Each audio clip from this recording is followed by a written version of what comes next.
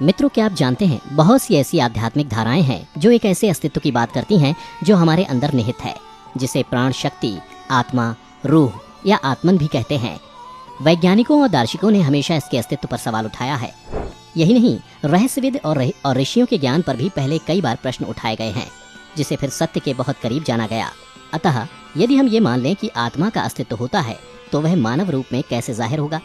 मित्रों, इन सभी को संकलित कर एक प्रश्न का निर्माण होता है कि मानव शरीर में आत्मा या प्राण शक्ति कैसे प्रवेश करती है। इस प्रश्न का उत्तर हमें 18 पुराणों में से एक गरुड़ महापुराण में मिल जाएगा।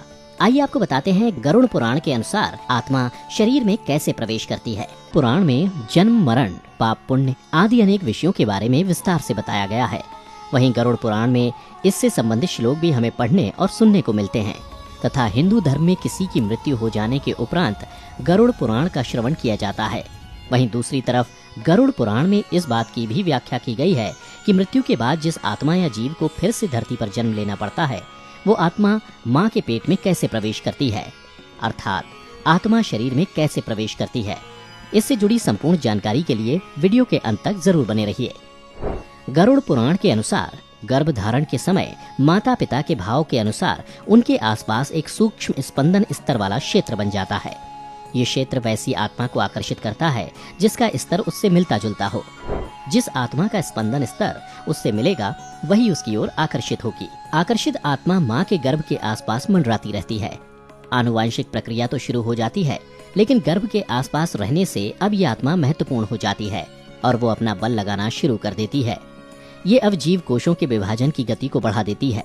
इस दौरान सबसे महत्वपूर्ण अंग जिसका गठन होता है वो हृदय है और इसके पश्चात हृदय से बाकी के अंगों को पोषण मिलने लगता है। यौगिक विज्ञान के अनुसार भौतिक शरीर के साथ साथ आध्यात्मिक शरीर का भी विकास होता है और प्राण शक्ति अर्थात आत्मा के बहाव के लिए एक संचार का मार्ग उत्पन्न होता है। जहाँ ऐसे कई सारे मार्ग मिलते हैं वहाँ ऊर्जा का भंवर बन जाता है। अध्यात्म में इन्हें चक्र और बिंदु कहते हैं।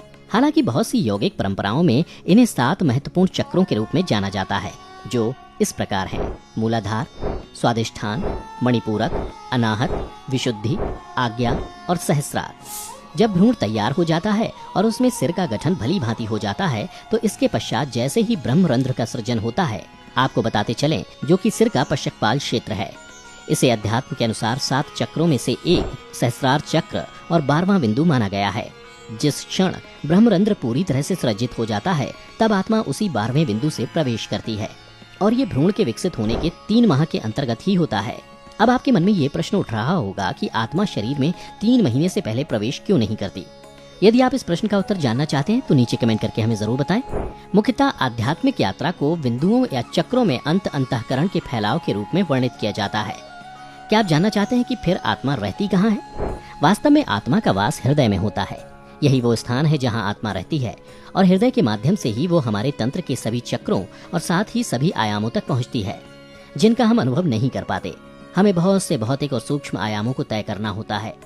जब हमारी यात्रा हृदय से शुरू होती है तो उसका अर्थ है कि अब आत्मा की ऊर्जा ऊपर की तरफ चलने लगी है। वो आत्मा जो हमारे हृदय में रहती है, वहीं से ऊर्जा बिना किसी बाधा के सारे चक्रों तक पहुँचती है। यदि आपके घर में कोई नवजात शिशु है तो आप देखेंगे कि कपाल का एक विशेष हिस्सा पूर्ण रूप से नहीं बना है। क्या आपने कभी ध्यान दिया है? अच्छा, आप ये तो जानते ही होंगे कि बच्चे को थोड़ा बचाना पड़ता है क्योंकि वहाँ हड्डी नहीं होती। ये वो स्थान है जहाँ हड्डी तब तक नहीं बनती जब तक कि बच्चा एक निश्चित उम्र तक नहीं बढ़ता। यौगिक शब्दावली में ये भाग ब्रह्मरंध्र कहलाता है, जिसका वर्णन हम पहले भी वीडियो में कर चुके हैं। रंध्र एक संस्कृत शब्द है जिसका अर्थ एक मार्ग होता है, जैसे छोटा छेद या सुरंग। यह शरीर में वह स्थान है जिसके माध्यम से जीवन भ्रूण में उतरता है। क्योंकि जीवन भ्रूण में आ गया है और जीवन अपने विकल्पों को खुला रखता है, क्या ये शरीर उसे कायम रखने में सक्षम है भी या नहीं? जीवन प्रक्रिया में अपने विकल्पों को खुला रखने की इतनी जागरूकता होती है कि क्या ये शरीर इसे बनाए रखने में सक्षम है या नहीं। तो यह एक निश्चित अवधि के लिए उस जाल को खुला रखता है ताकि अगर वह अपने अस्तित्व के लिए शरीर को अनुपयुक्त पाता है तो वह शरीर छोड़ देगा और यह शरीर से किसी अन्य मार्ग में नहीं जाना चाहता है। ये वहीं से शरीर छोड़ना चाहता है जहाँ से आया। जिस प्रकार एक अच्छा मेहमान हमेशा सामने के दरवाजे से होकर आता है और सामने के दरवाजे से ही बाहर जाता है। यदि वह सामने के दरवाजे से होकर आता है और पीछे की ओर से निकल जाता है तो इसका मतलब है कि आपका घर साफ हो गया है। यहाँ तक कि जब आप एक दिन शरीर छोड़ते हैं तो यदि आप सचेत रूप से शरीर के किसी भी हिस्से से निकलते हैं तो यह ठीक है, लेकिन अगर आप ब्रह्मरंध्र के माध्यम से शरीर छोड़ सकते हैं तो यह शरीर छोड़ने का सबसे अच्छा तरीका होगा। यदि आप चिकित्सा विभाग से संबंधित हैं तो आप निश्चित रूप से हमारी बात समझ पाएंगे। ऐसा आपने भी कई बार देखा होगा कि हालांकि सभी चिकित्सा मापदंडों के अनुसार भ्रूण स्वस्थ है और सब कुछ ठीक है, परंतु किसी कारणवश एक मृत शिशु ने जन्म लिया। इसका केवल यही उत्तर है कि ऐसा इसलिए हुआ क्योंकि भीतर का जीवन अभी भी चुन रहा है। यदि जीवन भ्रूण में प्रवेश करता है और उसे अनुपयुक्त पाता है, क्योंकि वह शिशु बनने के लिए विकसित होता है, तो वह निकल जाता है। इसीलिए एक द्वार खुला रखा जाता है। यही कारण है कि भारतीय संस्कृति में एक गर्भवती महिला के चारों ओर एक अलग तरह का वातावरण बनाने के लिए कई सावधानियां बरती गईं। हम आजकल ये सब खो रहे हैं, लेकिन ये इस उम्मीद से किया जाता है कि जो आपके गर्भ में आता है वो आप दोनों से कहीं बेहतर हो। इसलिए एक गर्भवती महिला को एक निश्चित अवस्था में रखा जाता है। सही प्रकार की अगरबत्तियों, ध्वनियों और खाद्य पदार्थों के साथ सब कुछ किया जाता है ताकि उसका शरीर एक ऐसी अवस्था में हो कि ये सही तरह के प्राणी को निमंत्रण दे। ब्रह्मरंध्र के बारे में बहुत सी बातें होती हैं और इसके बारे में कई किताबें भी लिखी गई हैं, और उन्हीं से जुड़ा एक तथ्य ये भी सामने आता है कि कई लोग अपने सिर के ऊपर या माथे के बीच में चीजों की कल्पना करना शुरू कर देते हैं। वो हमेशा कई चीजों की कल्पना करते रहते हैं।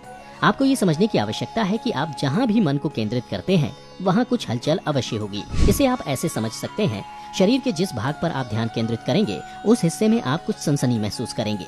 शरीर में 114 चक्र हैं, जिनमें से अंतिम 2 चक्र शरीर के बाहर स्थित हैं।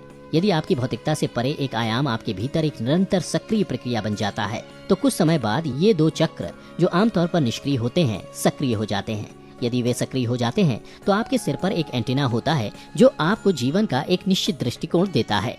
इसी के साथ आपको ये भी बता दें कि आत्मा के 3 रूप माने गए हैं, जीवात्मा, प्रेतात्मा और सूक्ष्मात्मा।